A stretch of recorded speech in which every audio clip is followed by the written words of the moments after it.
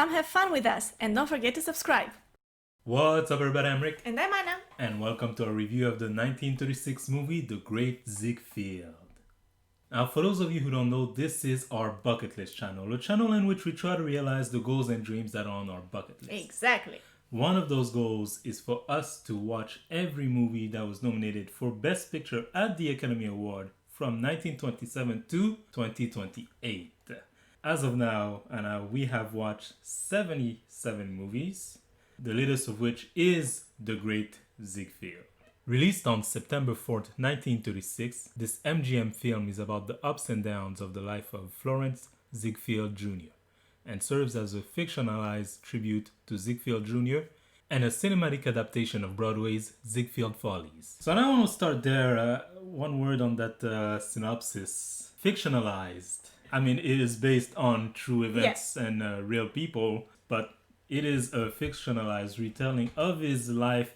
A lot of elements are not historically accurate, as is often the case. I'm really curious to know about those. Like, what here is real and what is not. A lot of it has to do with the depiction of the character. Okay. You know, he's made to be a bit less slimy than he was, especially in his, rapport to women. And in terms of timelines, a lot of the timelines don't match. I feel like that is something that is often changed in movie adaptations of historical events. Mm-hmm. The timeline is made to fit in a movie. We also have certain characters that were entirely replaced and a whole bunch of stuff. We'll get into more details later. But before that, I want to get your fresh off the cuff opinion. What did you think of this movie? Did you like it? I really enjoyed the movie. Mm-hmm. I thought it was very good. I firmly believe that this movie had the potential to be better. For one reason in particular, and one only. It was way too long. Yeah, It was way too long. I was about to say that. Here's an element that we should preface this entire conversation with.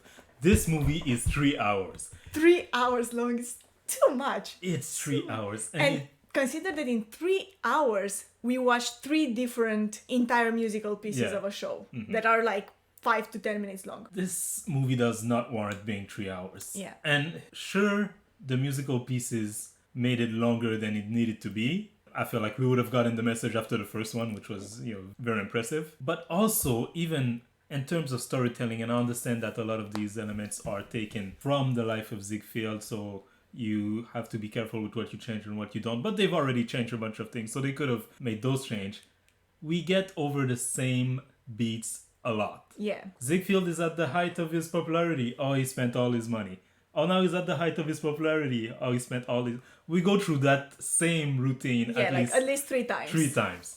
And it's like, okay, I get it. Right. That was his life. You don't have to say it so many times. I mean... And so you could have cut one of those times where like, oh man, what is Ziegfeld going to do? No one wants to finance his next play. But no, he's a genius with a great idea and it's gonna work. You could have cut one of those out and we would have gotten the message, and you understand what kind of life he lived and what kind of trouble he had to go through in order to make those extravagant shows be a reality. But the reason why I'm most upset about this is because other than this, the length, and all the extra elements that didn't really need to be there. This movie has so many of the elements that make a great movie. It has a great story. It has great actors, good characters, like solid characters, I guess because they're inspired from real people. Yeah. Exactly. They're more two-dimensional. It has great cinematography. Some of those scenes, just spectacular to look at, Definitely. So it is this one thing that they couldn't make it more focused. That kind of brings it down. And I say, they're more three-dimensional, but again, there could have been more of a critique of Ziegfeld that they didn't go to, as they often do in these biopics. They don't really critique. Right, they only portray the good stuff. I feel like the flaws of the character were more mentioned rather than shown. Yeah. Which doesn't have as much of an impact to the audience. And even when they were mentioned, it was kind of always like, oh man, Ziegfeld, you old fool, you lost all your money again, huh? Yeah, exactly. But the same with his womanizing, you know? Yeah, exactly. It's like, oh, and he has all these women left and right. Good old Ziegfeld. There's a lot of details surrounding this movie, the cast, and how it's made. So I want to go into that right now. Let's do that.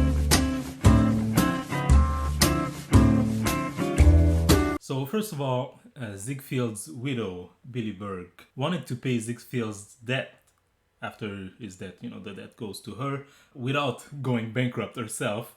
And so she sold the right to a biopic about her late husband to Universal Pictures in 1933. He had died the year before in 1932. Okay. Universal then sold those rights, or the production that they had already started, to MGM. They put along with the actor, because usually when they start, they have their own actors.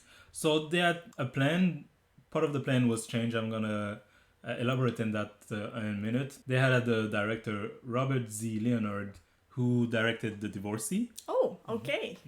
And of course, starring the ever so great William Powell as Florenz Ziegfeld Jr. He was already planned to play the role with the previous studio, Universal.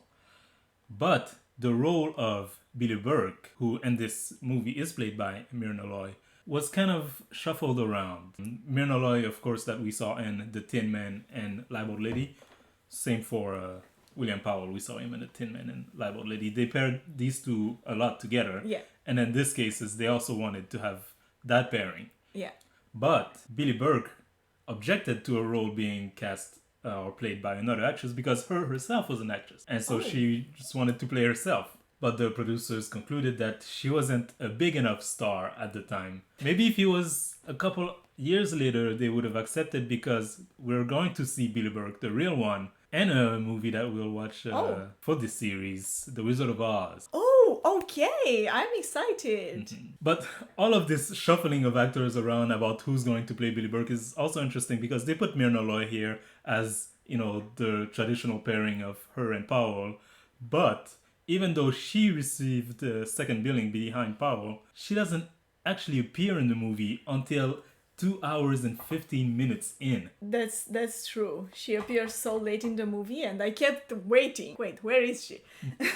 And then she's barely there, I feel like even if you think in terms of a female partner to the main character in this movie, I would think more of the other lady, Anna Held. Yes. We'll get to her in a second, but first, let's focus on our pairing of Powell and Loy. What did you think of them?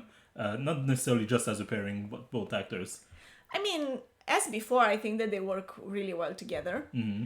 I feel like maybe because Myrna Loy's character wasn't there enough, I didn't really feel the importance of their relationship in the story. I feel even as the actors didn't really have the chance to make that connection more believable on screen. So they didn't have time to do all the, the development of their relationship. Yeah. Even story-wise, it felt like their relationship mostly happened off screen. We only get the moment when they meet, and then bam, they're already married and they have a kid.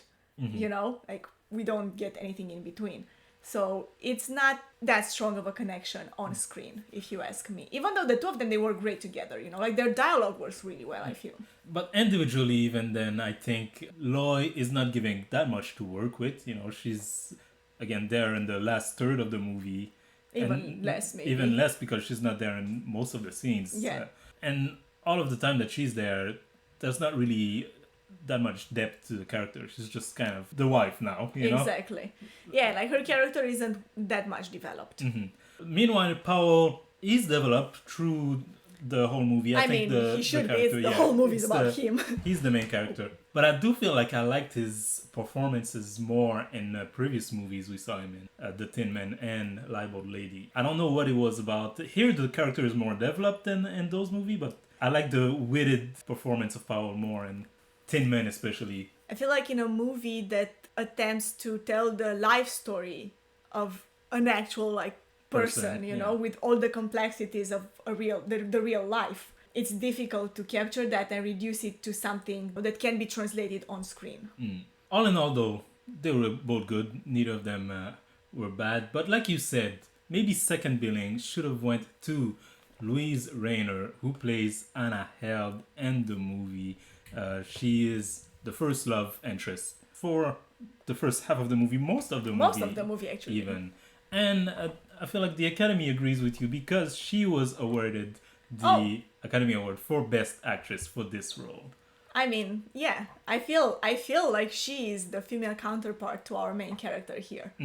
You know, more so than his wife. I feel like even the story tells you that, you know, it's the story of him during those years, and he had this great love that just didn't work out. In the end, he found the wife, but it kind of feels like the wife, you know, in terms of intensity of the relationship, his relationship with his wife kind of takes second place, you know. I don't know if that's what it was like in real life, in but real that's life is that again the movie kind of downplays, makes hints at it, but downplays not Powell, Ziegfeld's womanizing ways. Okay. You know, him and even in the movie, him and Anna held separate because of, you know, his relationships to other women. Another woman in particular that we're gonna talk about in a little bit. And so watching the movie, I'm not sure if I felt like, oh, this was the real relationship and the other one is not. Because I always felt like, oh, he's all over the place. Yeah, that is true. But I meant more so in the sense that it felt like she was more attached to him, you know? Yeah, on her side, definitely. Yeah. Than other women who would just like come and go. She was there for such a long time. Yeah.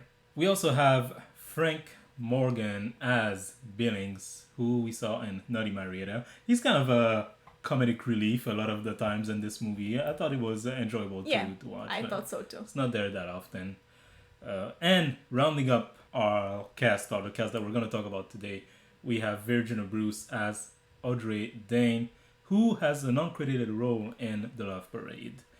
So, Audrey Dane, let's talk about her. So, in the movie, it's not clear whether or not anything ever happened. In real life, yes. But in real life also, there is no Audrey Dane. So, Lillian Lorraine threatened legal action if her name was so much as mentioned in the film. And so her character was renamed Audrey Dane. I guess you wouldn't want, you know, to be remembered as the mistress of someone. But here, you know, it kind of make it looks like he was just trying to get her to behave and get her to be a great artist. I feel like the movie, while it does leave it up to interpretation that something might happen or might have happened between the two of them, it heavily hints at the fact that he's not actually involved with her, you know?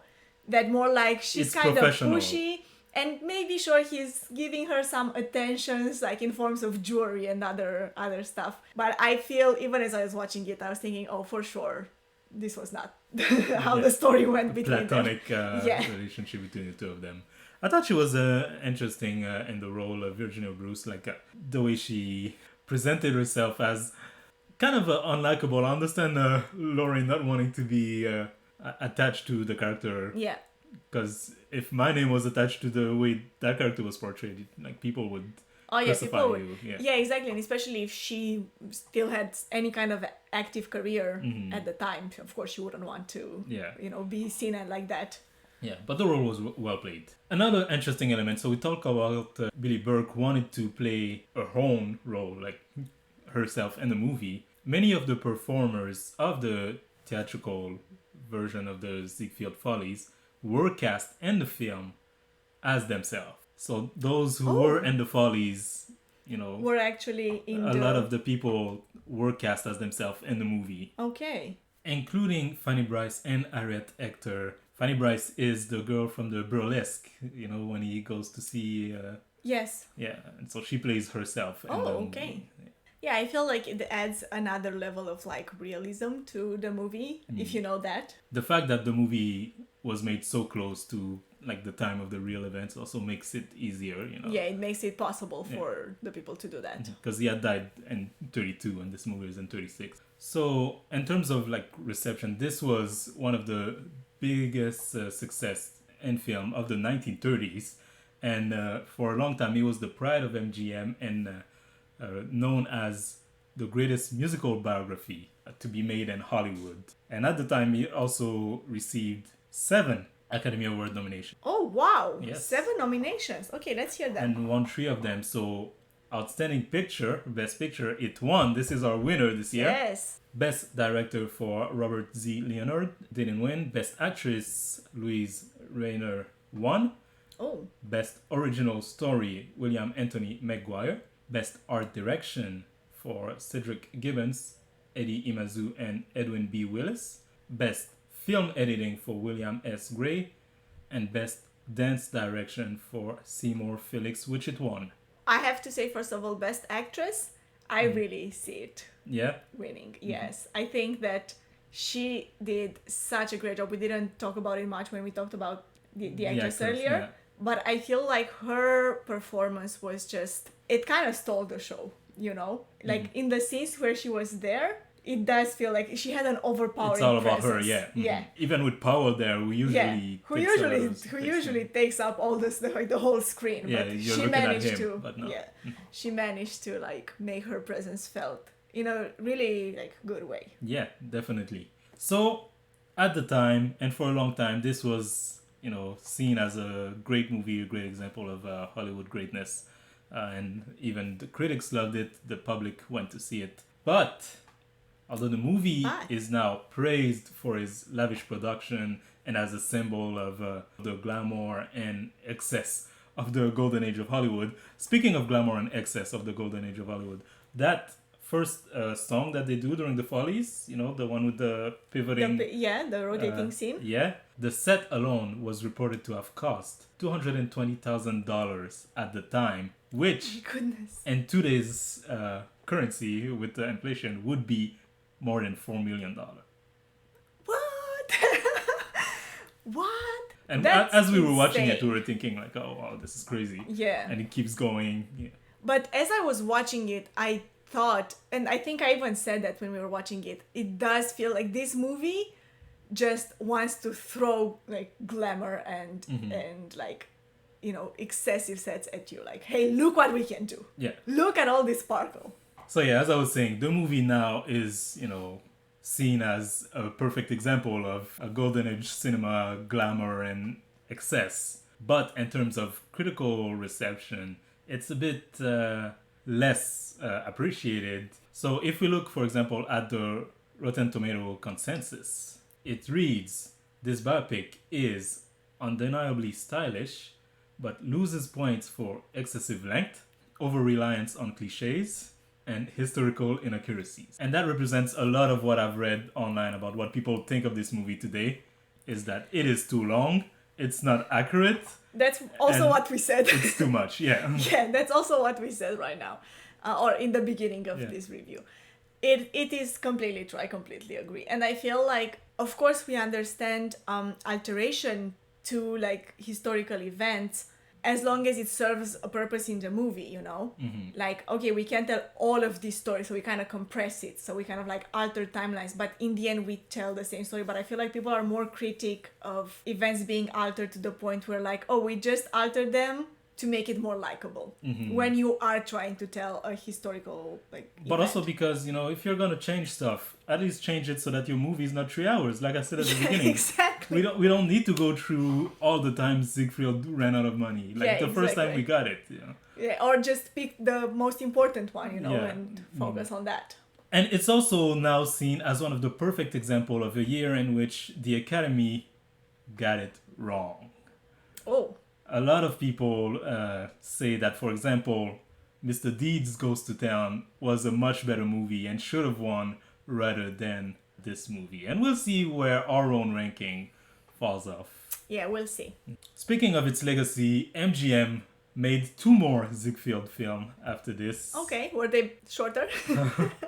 One of them in 1941 called Ziegfeld's Girl, and one of them in 1946 called Ziegfeld Follies. And in 1951, they also produced a movie remake of Showboat, which is one of Ziegfeld's shows. So, yeah, lots of, information surrounding this movie. And before we get to our ranking and see if we thought Mr. Deeds was better, do you have anything else you'd want to touch on? No, not really. I feel like we touched on all the main points, good and bad, about this movie. Yeah, I would agree. Would you recommend this movie? I would recommend it. You know what? If you have 3 hours to spare anytime, I feel like, for the way it presents itself, this movie is impressive. It's just that, yes, the issues that we talked about are there. Yeah, I enjoyed it. I gotta say, by the end, it was overstaying its welcome, All the good impression I had watching, like, the first, half of the movie were beginning to fade as the movie was going and going and going. And I was like, oh my stopping. God. I was loving this movie earlier and now I want it to end. And you never want to have that as your last... like the feeling at the end of the movie. Yeah. Like, I want to be out of here. Because it's just so long. Oh my God, it had an intermission. Yeah. We didn't even talk about that. There was a break in the middle of the movie of like 5 minutes or so. And we mentioned it, it's not even necessarily about just the length. You know, Lord of the Ring are very long movies, but you don't feel like there's so much padding or repetitiveness. Anyway, let's get to our ranking.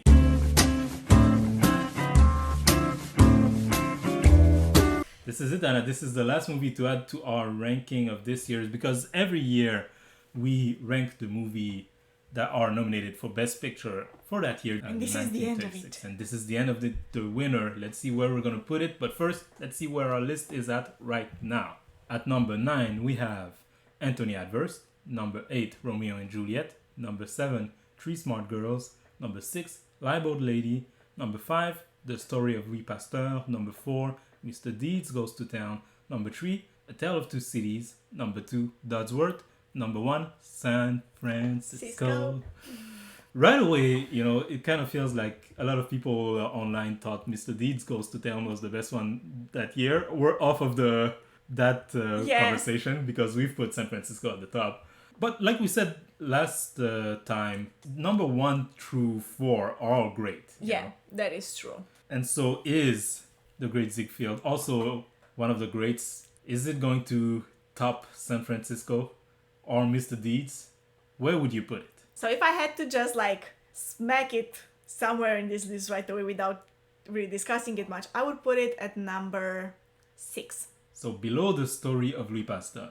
I'm debating there. I might also put it at number 5. I would put it at number 5. Okay. Above The Story of Louis Pasteur. Below Mr. Deeds Goes to Town. I agree with you, Internet. Mr. Deeds was better. Yeah, it was better for sure. Yeah. The Story of Louis Pasteur, I guess, you know, it's just because the movie is so long, you know? I come back to that, Ziegfeld, I mean. Yeah. It's just so long that Louis Pasteur, sure, is less impressive, you know, in terms of like set design, cinematography, but it tells you the story that it needs to tell. Also a biopic, right? Might True. I add. Also kind of bending some of the truths here and there. Especially regarding the main character and his... But still, it makes you understand what it's about, you know. And Ziegfeld does that too, but takes twice the amount of time to do it. But then you would put Story of Louis Pasteur above Ziegfeld. Because that's the argument you were making. I started debating on one sense and ended it with the other. Wow. Oh, that's a difficult one. The thing is that I feel like... But Ziegfeld is so much more ambitious and so much more... Ziegfeld, I feel like for all of its faults, it has a better story. And it does have like a more impressive cinematography and scenes and all of that. Paul was a better main actor here than Powell. So Louis Pasteur, especially when we learn about the makeup and everything. True. But he was kind of a one-man show. And here in Ziegfeld, there's a lot of standouts, you know. Yeah. Powell, while not his greatest performance, in my opinion, was still great. Anna Held was great. Yeah. Everyone else in general, you know, there was no like low point in the acting. Whereas in Louis Pasteur, I feel like it was mainly about him, and it did kind of feel like everyone else fell behind a little bit. Yeah.